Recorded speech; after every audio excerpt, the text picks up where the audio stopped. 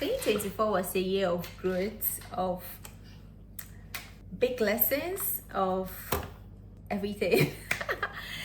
Welcome to my channel. In today's video, I'll be sharing books and podcasts that helped change my mindset and help change the way I live and grow.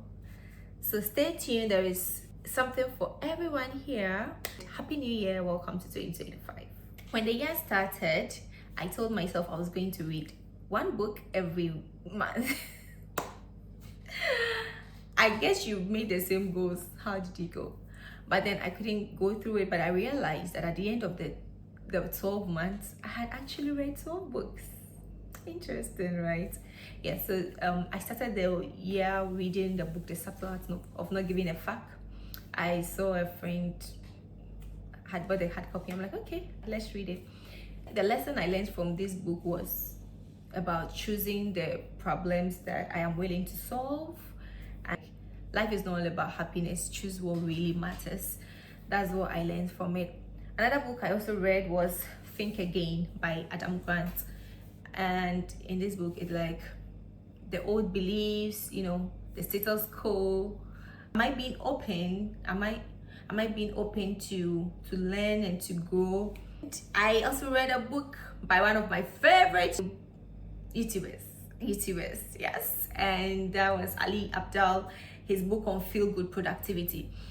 And one practical thing that I actually did from reading this book was when I went to work one day, when I saw like my friends are overworked and burnt out, I actually did what Ali Abdaal did in his book. I asked them, do you want a cup of tea, a cup of coffee? I want to prepare for you. And one of the things that really stood out to me was that productivity doesn't have to be burnout, and then it meant aligning my happiness, like aligning what actually excites me with my work. So yeah, that was about feel good productivity. I also read a book by Dan Cole, The Art of Focus, where it taught about focus as a skill. Learning to focus is a skill because of the many distractions. And there's another book I read by Vicki, which said Your Money or Your Life. So I mostly listen to these books on Audible. Your Money or Your Life, where it spoke about time as a valuable resource. One of the things I learned from Your Money or Your Life is that time is your valuable resource. So are you trading your time for the things that truly matters?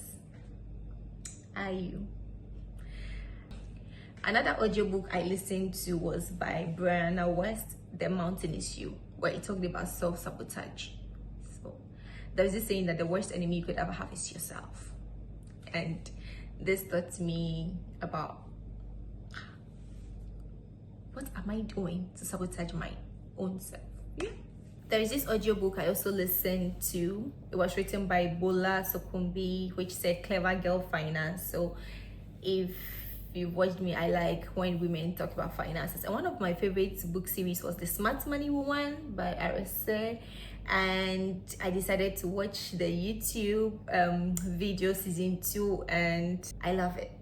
So if you haven't watched it, it's on YouTube, Smart Money Woman, season 1 and season 2. You could watch it. I mean, how can we be the women that starts generational wealth? How can we be the rich aunties? We have to learn how to manage assets, have investments, saving skills. And what the book taught me was that financial literacy is empowerment. Yeah, it is. Another audiobook I listened to was by Kagan, $1 Million Weekend. This was actually not available in the UK, so how I got it? One of the practical things this book asked us to do that I never did was, probably if you want to start a business, ask for $1 from a friend. So 2025, I'm coming to your DMs. If I start that business, I'm coming for my $1. I think one of the things that inspired me in this book was that you don't just wait for perfect conditions. Just take action. Just take action. Next was Deep Work by Newport. I don't know why I've never finished reading that book, but yeah. I hope to finish it in 2025. I never completed this book. It's still in progress. The last but not the least book I read was Dopamine Nation. It talked about how mixing pleasure with pain can have a long-term, benefit. The last book I'm reading for this year is The 7 Habits of Highly Effective People by Covey. This has been a book that I should have read a long time ago, but I don't know why I've still not finished reading that book. I felt that time I was reading it felt so complex for me, but then I think I'm learning a lot from this book now. It's an audio book I'm listening to on Audible, so it's still in progress. I'm not done with it. There were some hard copy books I had, and this was from Martin Lewis, The Money Diets. This was a book I read about. This was a book full with 1,000 jokes that I just tend to laugh when I'm waiting for the trains, and it gets people looking at me.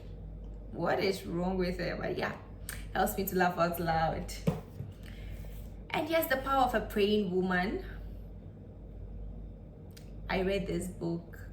I'm still reading it, and I will continue to read it because I can never stop reading this book. I started this book, Can't Hurt Me, David Goggins, and the power of resilience and what this man went through. But yeah, I've still not finished reading it, and I hope to complete it in 2025. Yeah, I think I already read The Diary of a CEO. I didn't get it. I have the Audible version, and I also have the book version. What were my favorite podcasts for the year? Let me tell you. 1, Ideas That Matter by Vusi Tembekayo. When the podcast starts, it starts, "Hello, family," in Vicky's voice. I loved it. I was looking forward to this podcast every single time. And yeah, we had topics like resilience, mentors, So I loved it. And another podcast I loved listening to was Dear Future Wifey. I listened to couples like Priscilla Sheira. I listened to power couples and how they've had the lasting marriage. I am not preparing for a wedding. I'm preparing for a marriage, a lifetime where you have to spend the rest of your life with this person. So why not prepare for it? And lastly, Pastor Mensa Otable's podcast. I love listening to messages from him every Sunday. Why not? So these were my favorite podcasts. And the books that I revisited was Dating and Waiting by my favorite, Dr. Miles Muro. I'm like, why didn't I read this book when I was young? I'm still young, but why didn't I read it in my teenage years?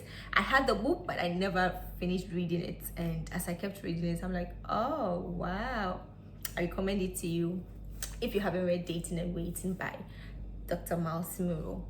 And the book that I had to stop reading was Electrify Your Sex Life. Oh, I thought I was gonna prepare, but yeah, I had to pause it.